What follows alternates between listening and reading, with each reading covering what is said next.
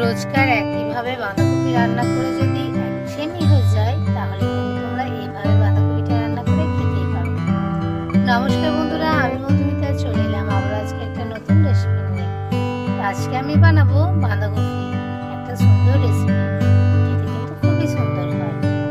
তো এখানে আমি কড়াইয়ের মধ্যে দিয়ে দিলাম সর্ষের তেল। তেলটা ভালো করে গরম হয়ে আসলে দিয়ে দিয়েছি কিছুটা জিরে আর অল্প একটু শুকনো লঙ্কা।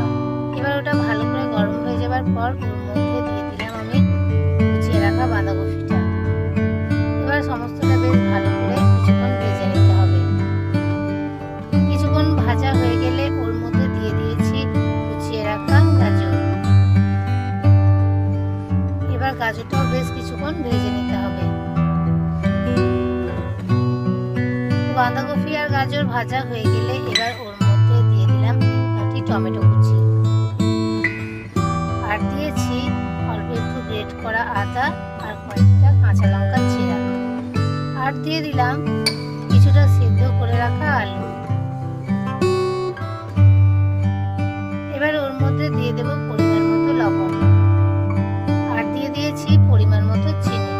এবার সমস্তটা বেশ ভালো করে ভেজে নিতে হবে।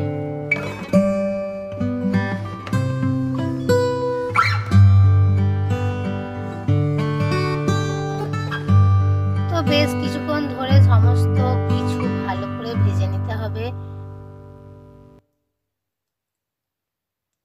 তো দেখো সমস্তটা বেশ ভালো করে ভাজা হয়ে গেছে। এবার অল্প একটু জল দিয়ে ওটা একটা ঢাকা দিয়ে বেশ কিছুক্ষণ সিদ্ধ হতে দিয়ে দিলাম।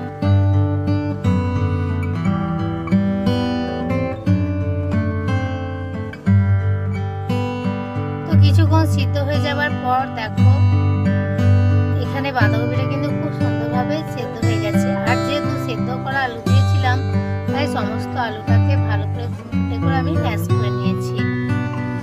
এবার ওর মধ্যে দিয়ে দিলাম আমি এক প্যাকেট ম্যাগি মশলা।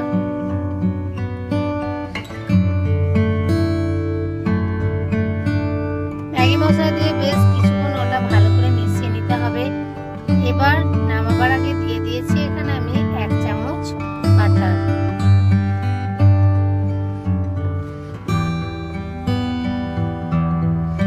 বাটারটা দিয়ে বেশ কিছুক্ষণ ওটা নাড়াচাড়া করে নামিয়ে নিতে হবে। সবার শেষে অল্প একটু ধনেপাতা কুচি দিয়ে নামিয়ে নেব। তো এইভাবে আজকে বাঁধাকপির এই রেসিপিটা বানালাম। তো যদি তোমাদের ভালো লেগে থাকে বাড়িতে অবশ্যই করে কিন্তু একবার বানাবে। এটা কিন্তু রুটি দিয়ে খেতে দারুণ লাগে। আজকের মতো ভিডিও আমি এখানেই শেষ করছি। চলে আসবো আবার একটা নতুন